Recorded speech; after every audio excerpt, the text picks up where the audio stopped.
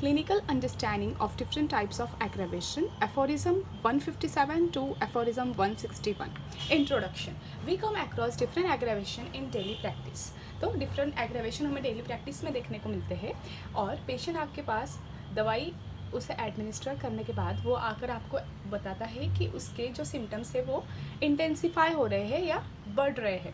तो hence we should have proper understanding and proper clinical interpretation in the order to manage the case. हमारे पास सही knowledge होना चाहिए कि ये जो एग्रावेशन है वो कौन सा है, मेडिसिनल है, होम्योपैथिक है, डिसीज़ है या फिर किलर्स एग्रावेशन है. Some have good prognosis and some have bad prognosis. तो किसी किसी में जो पेशेंट है वो क्योर हो जाता है और किसी किसी में उसकी जो कंडीशन है वो वर्स हो जाती है. Different types of aggravation. तो क्या क्या डिफरेंट टाइप्स के एग्रावेशन है वो देखते हैं. सबसे पहला है होम्योपैथिक एग्रावेशन जिसका जो प्रोग्नोसिस है वो गुड है. Second medicinal aggravation with bad prognosis, disease aggravation bad prognosis and killers aggravation fatal prognosis. यहाँ पे डेथ भी हो सकती है. सबसे पहला है देखेंगे होम्योपैथिक एग्रावेशन. एफोरिज्म 157. डेफिनेशन क्या है? Slight but apparent intensification of patients existing symptom which are similar to the symptom to the homeopathic medicine administered with inner well-being or simultaneously better feeling.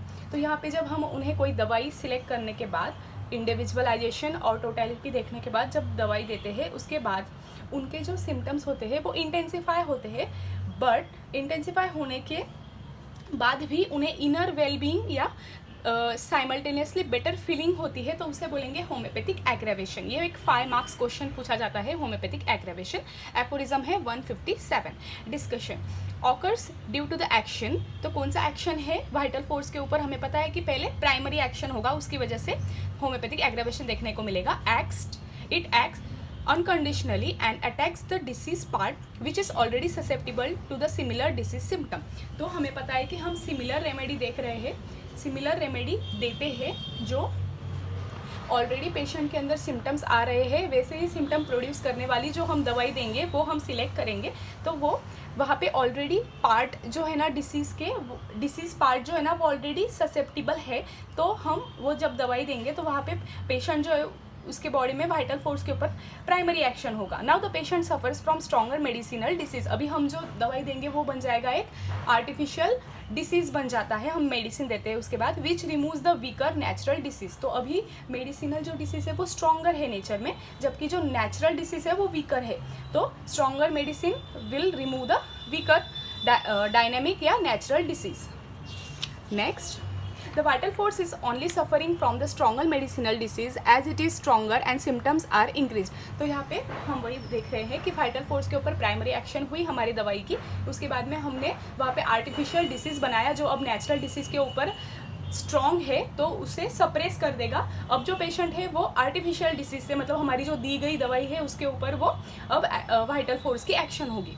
Next, patient feels the disease is increase but in fact it is homeopathic aggravation. Patient को लगेगा कि उसके जो भी symptoms थे वो बढ़ गए हैं, लेकिन सही इनफैक्ट सही से देखा गया तो ये होम्योपैथिक एग्रावेशन है. अब होम्योपैथिक एग्रावेशन है इन एक्यूट डिसीज.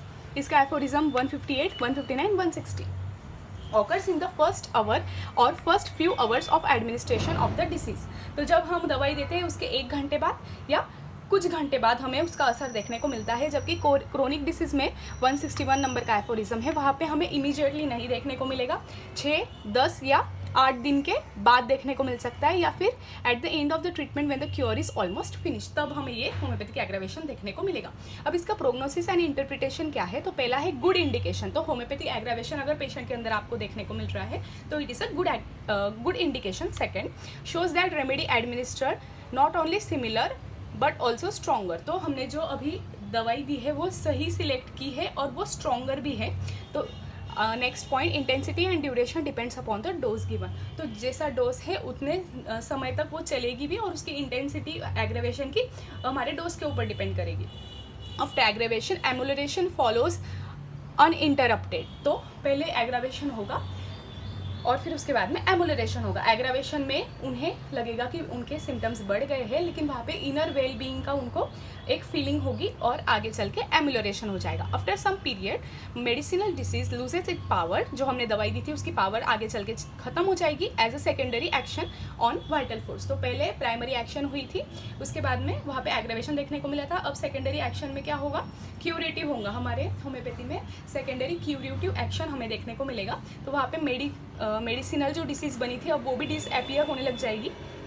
और नेक्स्ट है weaker medicinal disease is also remove. तो पहले स्ट्रॉन्गर हमने जो होम्योपैथी से एक डिसीज़ बनाई थी या आर्टिफिशियल डिसीज़ जिसे हम बोलेंगे, वो नेचुरल डिसीज़ के ऊपर काम करती है, बाद में उसे वो हमेशा के लिए गायब कर देगी या डिसअपियर कर देगी। उसके बाद आगे चल के थोड़े टाइम के बाद जब हमारे दवाई का एक्शन खत्म होगा तो वो भी गायब हो जाएगा। तो इस तरह हमने पेशेंट को ट्रीट कर दिया।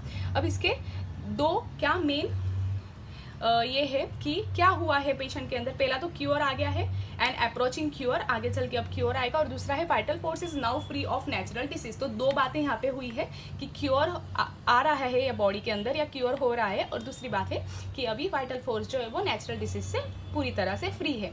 Homeopathic aggravation and dose for an ideal cure minimum dose is to be applied. तो हमें कोई भी केस में मिनिमम डोज ही देना है। The dose capable of producing slight homeopathic aggravation should be consider as the minimum dose. तो जो डोज हमें कैपेबल है होम्योपैथिक एग्रावेशन कराने के लिए किसी भी पेशेंट में, वो होना चाहिए मिनिमम डोज।